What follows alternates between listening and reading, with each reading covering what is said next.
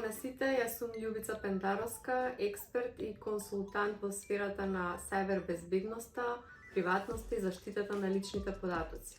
Кога е процесот на дигитализација во прашање, мощно битни се напорите за вклучување на сите фактори во општеството. Кога велам сите, мислам на државните институции, на академијата, на универзитетите, на граѓанскиот сектор, исто така и на бизнис секторот, за да се помогне, односно да се развие еден целокупен систем на дигитализација,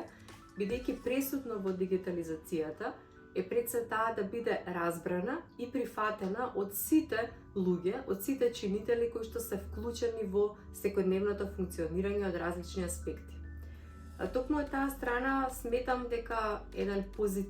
голем позитивен чекор во таа насока е направен со основањето и активностите на Советот за дигитална трансформација на земјите од Западен Балкан,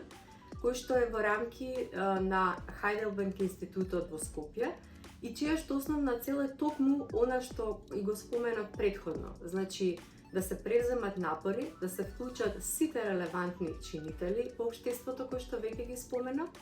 со цел да се пренесат искуствата на земјите, првенствено од Европа, кои што веќе го изоделе процесот патот на дигитализација и веќе ги чувствуваат сите оние користи од дигитализацијата во општеството, мислејќи тука на дигиталните услуги, на се она што е поврзано со нашето секојдневно функционирање.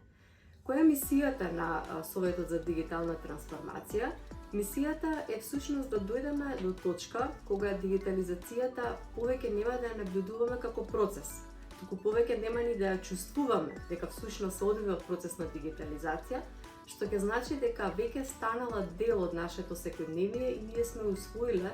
во нашето функционирање. Во таа насока и Советот, визијата, мисијата на Советот е всушност насочена и кон она што претходно го говорев, е поврзано со вклучување на жените во процесот на дигитална трансформација и во целокупните техничко-технолошки и информатички процеси во земјата. Имено, кога зборуваме за повеќе жени или повеќе девојки во процесот на дигитализација, јас секогаш сметам дека тоа веќе не треба да го наблюдуваме на рамниште на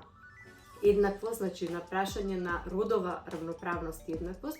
туку токму како одговор на прашањето што жените можат да направат во сферата на дигитализацијата и во сајбер безбедноста, поаѓајќи од тоа дека сите ние како човечки суштества, и мажи и жени, носиме одредени инхерентни индивидуални особености кои што токму можат да дадат свој огромен допринос